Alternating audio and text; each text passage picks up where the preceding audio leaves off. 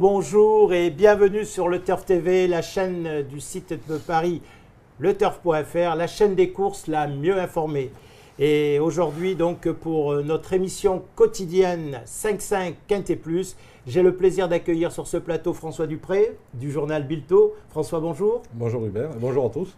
Et en invité exceptionnel, Pierre Arena du journal Stato Turf Magazine, qui est le spécialiste des chiffres en France. C'est le spécialiste de la statistique. Et tout à l'heure, donc, il nous donnera son éclairage sur cette course donc, que nous allons étudier avec le champion de France. D'ailleurs, François Dupré, vous êtes le champion de France en titre des pronostiqueurs. C'est vrai. Et cette année encore, je vois que vous êtes bien placé, puisque mardi, vous avez encore donné le quintet en 6 chevaux. Donc j'espère réussir le doublé. Ça s'annonce très difficile cette année, mais on va peut-être viser la Champions League cette année. Très bien. Pierre, vous êtes au journal Stato Turf Magazine. Oui. C'est un journal, donc, c'est un mensuel. Un mensuel. Quelle est l'actualité actuellement dans Stato? Bien, c'est la parution du numéro de décembre qui comporte un dossier qui intéressera les amateurs de simple, puisque on y a recensé les 130 épreuves du meeting d'hiver de Vincennes qui réussissaient le mieux aux favoris. Bref, ceux qui aiment jouer le favori et qui aiment, entre guillemets, flamber, seront servis. Très bien. On peut dire aussi, Pierre, que vous êtes responsable de l'annuel que je montre à l'écran, Trot 2013. Oui. Dans cet annuel en vente chez tous les bons marchands de journaux, il y a 100 tours d'écurie. Donc c'est pour le meeting d'hiver, spécial meeting d'hiver de Vincennes, à consommer sans modération. Sans modération. Bien, merci. François, donc nous allons voir ensemble cette étude du quintet de jeudi à Vincennes dans le Prix des Landes, 2850 mètres, 2 poteaux de départ. Et je crois savoir que ce quintet vous inspire énormément. Vous le sentez comment? Facile, difficile? Voilà, c'est un quintet qui est très relevé et que j'estime relativement facile parce que les bases me paraissent vraiment très solides ce jeudi. Très bien. Ben, écoutez, nous allons attaquer avec... bon, moi, si vous voulez, il y a quelque chose qui m'a surpris parce que c'est vrai que vous venez de dire que les bases sont très solides. Dans votre pronostic, le premier favori de la presse, j'ai regardé la synthèse de la presse de Bilto, c'est le 8, Moser Rome.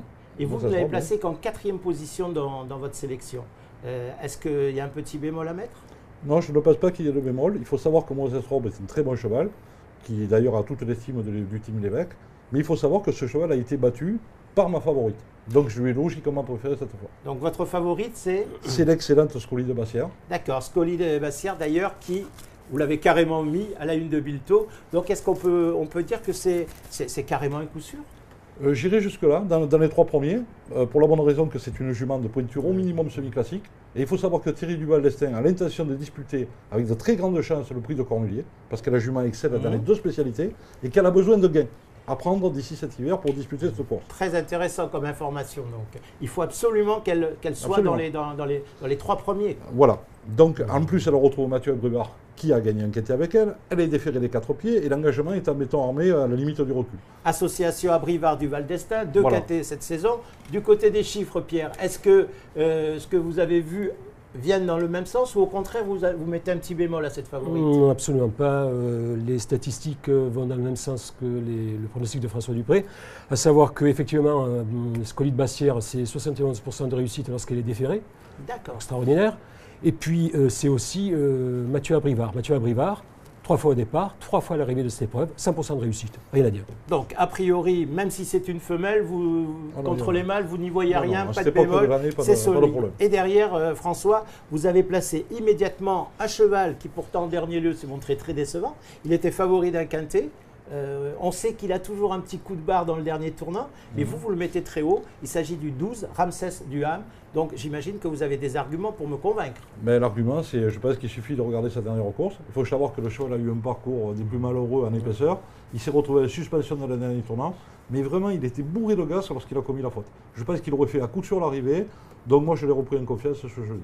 Très bien. Donc 11 et 12. Et juste derrière, donc, vous avez placé le concurrent italien, la petite note étrangère de ce quintet plus, le numéro 1, Marlon Hoem, qui est donc piloté par Pippo Gubolini. Et donc avec lui, je crois que c'est une question de départ quand même. C'est une bonne question de départ, mais il faut savoir que le cheval m'a énormément surpris lors de sa dernière course. Franchement, je n'y comptais pas, parce qu'avec ses faibles gains, je pensais qu'il aurait de meilleurs engagements sous peu. Or, au dire même de son driver, il aurait pu gagner s'il avait trouvé le passage de plus tôt.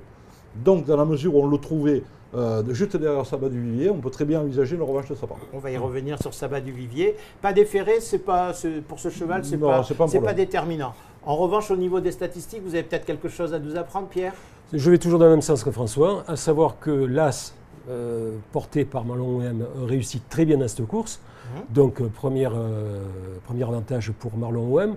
Le deuxième étant qu'il est dribblé par Pietro Gubili, qui réussit très bien lorsqu'il vient en France, puisque cette année, il s'est présenté 11 ou 12 fois dans les courses à événements et que 6 fois, il a été à l'arrivée. Bref. Bon, donc, vous voyez, c'est quand même du lourd. Et je crois que François a raison de dire que c'est un quintet qui, a priori, s'annonce plutôt un 5-5 quintet plus, qui s'annonce plutôt facile. On peut même dire que c'est peut-être un quintet à tirelire, parce que le quatrième cheval, c'est Moses Rob, qui est le premier favori de la presse, c'est votre quatrième cheval. Et je crois qu'encore, puisque vous avez la main, Pierre, dites-nous un petit mot sur le 8. Sur Moses Rob, eh bien, donc, vous venez de le dire, Hubert, c'est le favori de la presse.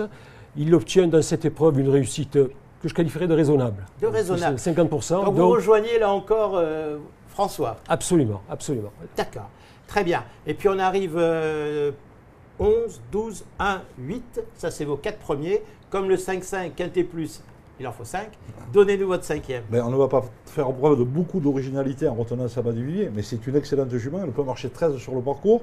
Vraiment, là aussi, tous les feux sont ouverts. Elle complétera logiquement mon choix de 5 chevaux. Excellente jument, mais compliquée.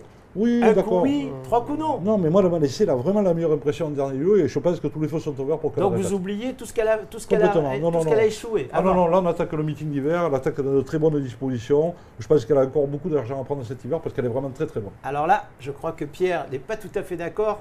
Il va apporter un petit bémol à cette candidature du numéro 3, Sabat du Vivier. Absolument, un bémol statistique, parce qu'effectivement sa dernière course est excellente, mais il faut savoir qu'elle a couru 4 fois sur les 2850 mètres de la grande piste et qu'on l'a vu seulement une toute petite fois à l'arrivée. Donc, attention. Ah, donc vous voyez, c'est ce qu'on disait un petit peu, c'est un coup je te vois, 3 coups je te vois pas. Donc, bon, ceci dit, c'est vrai que c'est une très bonne jument, elle est pétrie de qualité et il faut la retenir. On est d'accord, mais avec le bémol que vient de mettre Pierre. Ensuite, pour compléter votre choix, François, vous avez placé le numéro 9, Sogo. En dernier lieu, je crois que bonne course de rentrée, il s'est bien ouvert les poumons, des progrès attendus. Il faut savoir que Sogo, lors de sa course de rentrée, était très très joué. Et moi, c'est un aspect qui est toujours très important pour moi. Je pense qu'il a démarré vraiment trop tôt. Il s'est emparé de la tête dès le bas de la descente. Et il faut savoir qu'à Vincennes actuellement, seuls les cracks peuvent s'imposer ici. Là, avec un parcours un peu plus caché, en attendant, j'espère qu'Yvaudreux va retirer les conclusions de cette course-là. Il a vraiment le droit de faire l'arrivée parce que c'est un très très bon cheval lui aussi. Très bien.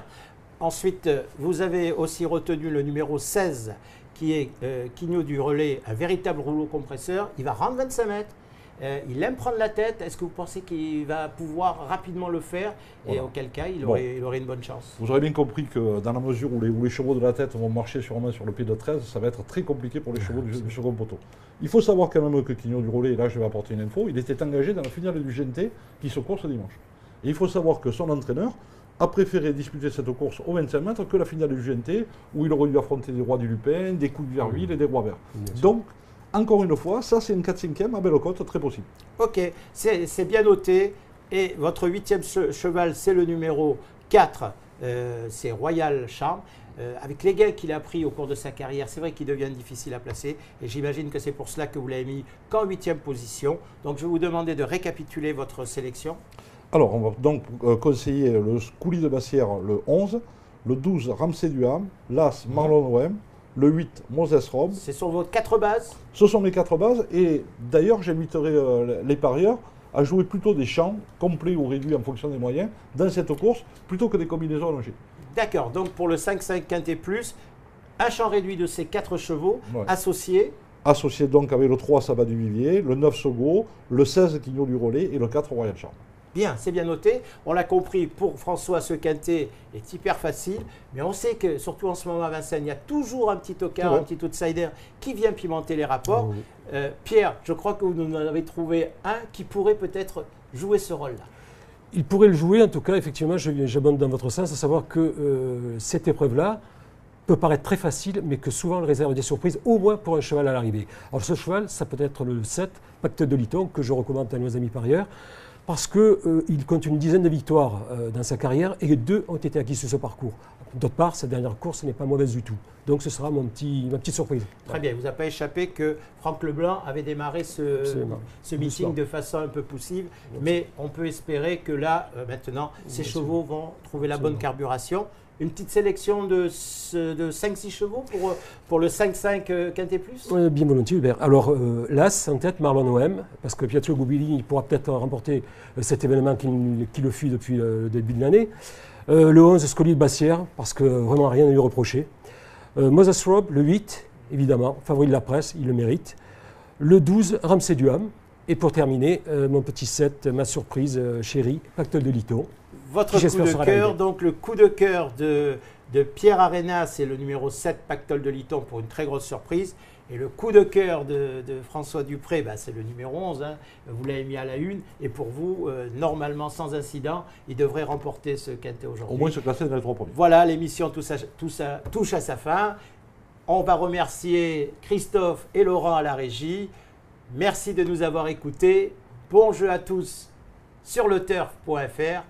Of course. Merci Hubert. Merci Hubert.